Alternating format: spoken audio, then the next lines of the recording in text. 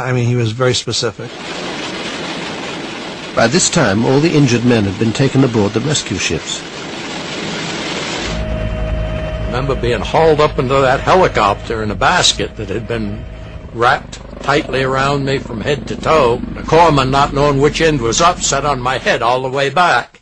And all I could think of was what an ignominious way to die after having survived a torpedo attack.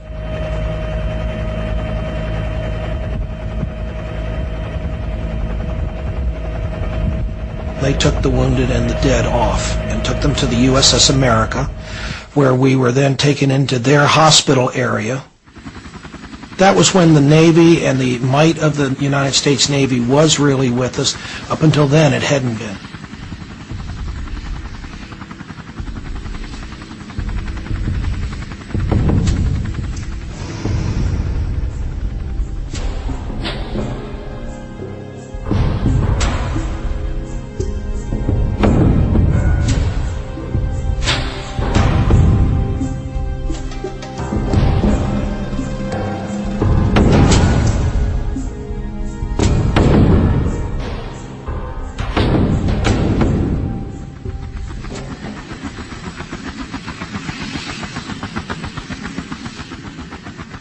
An unarmed American ship had been attacked by Israeli planes and boats.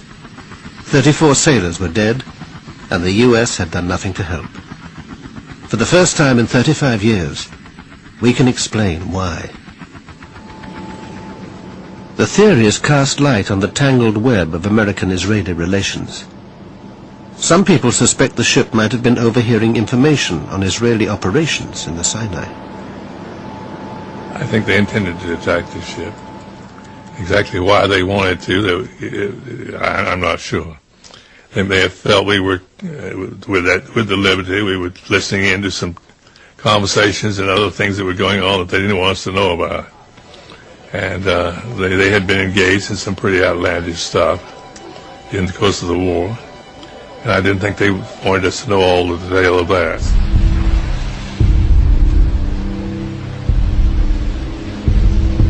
I don't think that we would have cared.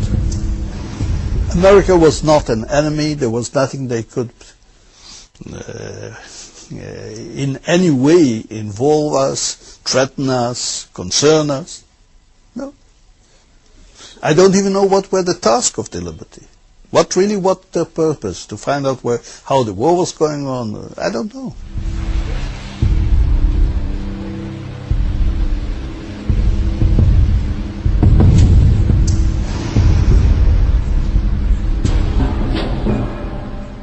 But there's a broader theory, that the attack was intended to be blamed on Egypt, and would therefore draw America into the war, and was carried out with the foreknowledge of certain people in Washington. The Liberty's captain had always suspected this was the case. In 1997, at Arlington Cemetery, he broke his 30-year silence. For many years, I had wanted to believe that the attack on the Liberty was pure error.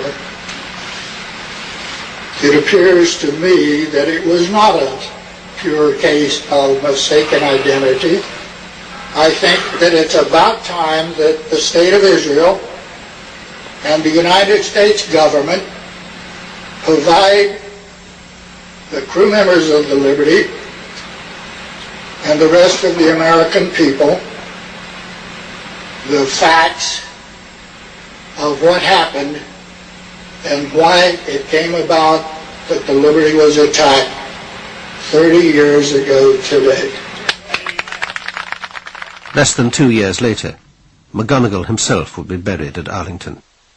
Shortly before he died, he sent an open letter to President Clinton calling for Israel to acknowledge publicly that her armed forces had deliberately attacked the USS Liberty. Captain McGonigal was more than just a captain in the Navy. He was a friend. He was a sailor's captain. Towards the end of his life, McGonigal confided in his old friend, the chief engineer. Captain and I was real close, and every time I'd see him while he was in the hospital, he would cry, and he called me a few years, 2 or 3 years before he died. He was going to be in Washington for me to come up there, and I sat in the room with him. We chatted a while, and then he got started telling me that those SOBs really did us in, George. And I said, what are you talking about? McGonigal went on to say that if the Liberty had been sunk with all hands, the blame would naturally fall on Egypt and her Soviet backer. We were guinea pigs to be sunk, and then we could say Egypt and Russia did it. That way the United States could have stepped right in and helped Israel. We've found evidence that this was part of a larger plan hatched by Israeli and American intelligence to invade Egypt and overthrow Nasser, a plan codenamed Cyanide. A key figure was James Angleton, Israel's closest friend in the CIA, and unique beneficiary of a memorial from Mossad. Jim Ennis first came across cyanide almost by chance. I had gone to the LBJ library asking for, all Liberty documents, and this one-page paper came out of nowhere. Minutes from the 303 committee. The 303 committee was a secret group that used to meet at the old executive office building, round the corner from the White House. 303 committee was simply a device for examining covert operations of any kind and making a judgment on behalf of the president so he wouldn't be nailed with the thing if it failed.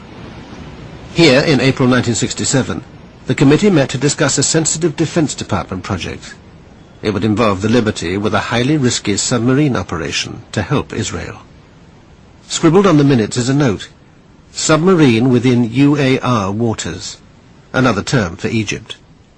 Especially the fact that this was in the Liberty file suggested that this had to do with the submarine that was near us and with cyanide and all the other things. Dave Lewis had also heard about cyanide. One of his officers had told him the ship was carrying secret documents in connection with a submarine project. He said there are sealed orders in my safe for Project Cyanide that involves communication via submarine in case of war. That's all I know about it. The orders were never opened. When the attack took place, there wasn't time. So I don't know what they said. What connection could this mysterious submarine have had with the Liberty? And why was it being discussed a full 2 months in advance of the war? The operation is still so sensitive that we could get no comment from US or Israeli intelligence. Operation Sinai. If I heard about it, I heard so. What was it?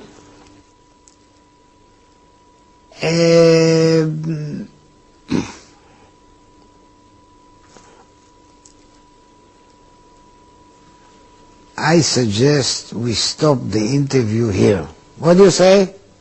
Why you want it? Why would you not be able to speak about Operation Cyanide? It's 34 years since.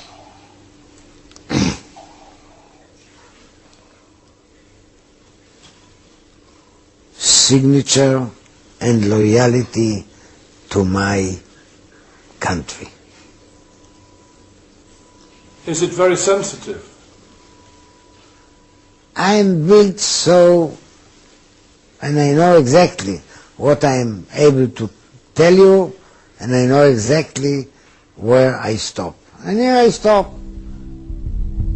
Operation Cyanide was a joint Israeli-American venture using submarines and other covert-type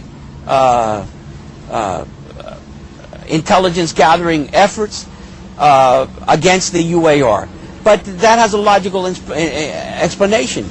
The explanation is the UAR was totally Soviet equipped. They had Soviet advisors. The Soviet Union was our arch enemy at the time. And we were concerned in a volatile Mideast situation with the Soviet problem. We were concerned wherever the Soviets showed up, and they had considerable